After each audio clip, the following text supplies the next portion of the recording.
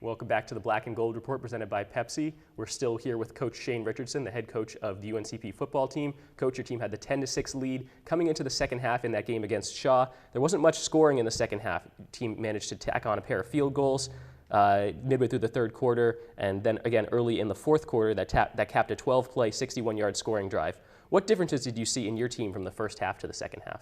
I think at halftime we talked about just execute your job individually, whatever it is, whether you're on offense blocking, whether you're supposed to catch the ball, whether you're supposed to make a read, or on defense, if you're supposed to be in a certain gap, or if you're supposed to be covering a man or tackling or whatever it is, do your job and stay focused on that for one more half. And so we tried to emphasize that. And I think we saw a little bit better execution in the second half, although we weren't able to necessarily show that offensively to where we'd like to, but defensively we were able to stop them and hold on and be able to get in a little bit more of a rhythm there. So I think guys just came out, they needed to play one more solid half and really try to grind it out because it was such a back and forth game and such a, the game of momentum was just really odd on Saturday night, and so we needed to try to overcome that, and I think we did. I think in the second half our guys settled into just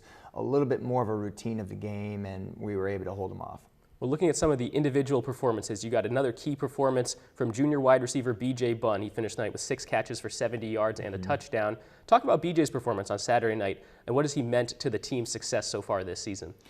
B.J. had another great game on Saturday night. In a couple of the clips you saw, he's got definite playmaking ability, and he feels very comfortable with the ball in his hands. He wants the ball when we get into scoring situations, and so we're very confident with him, and he's been a great asset for us. We need to continue to look for ways to try to find him, and there was actually an opportunity on Saturday night that we felt like he actually should have made another touchdown catch, and so we were kind of getting on him about that a little bit more.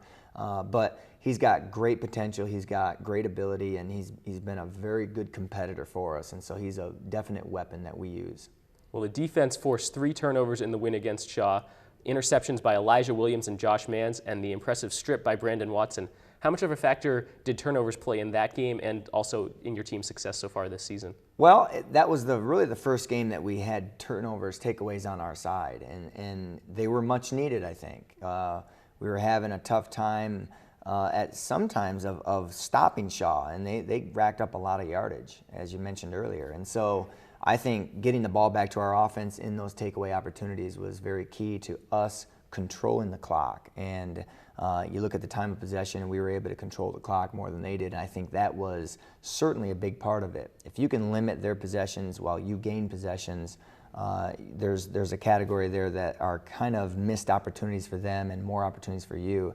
Even if you don't come away with the points that you want, you're able to still get that clock to speed up, and at the end of the day, the 4 quarters runs out in enough time to where you're ahead, and so that's what you like. But we try to emphasize takeaways a lot, but we were very fortunate to get the 3 this game, and hopefully those will continue to come, and our guys will still look for opportunities to ball awareness and ball disruption, and those are the 2 things we talk about. All right, well, give us a progress report of your team through 3 games so far. What are some of the things that have been pleasant surprises for you, and where would you like to see your team improve the most?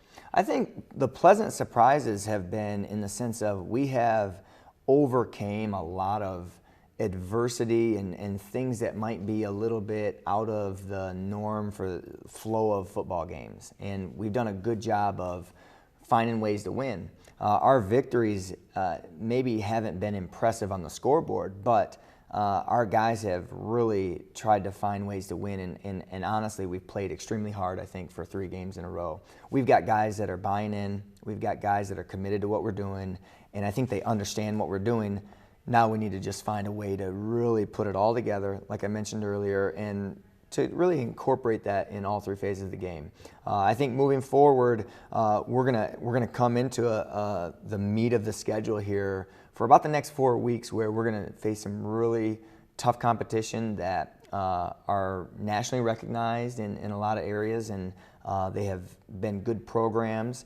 and taking nothing away from the first 3 games, but now it'll be getting into more of a routine where we're going to have to go on the road, we're going to have to go on a little further trips that we're going to have to travel on, and so we're going to have to learn how to play those games and still prepare our best and be able to take what we're learning and be able to really improve it and take it to the next level. All right, Coach, thanks for joining us. We need to take another break. The Braves football team will be on the road this week against North Greenville. Best of luck in that game. We'll need to take another break right now. When we come back, the head men's soccer coach, Phil Heinsohn, will be joining us. Stay tuned.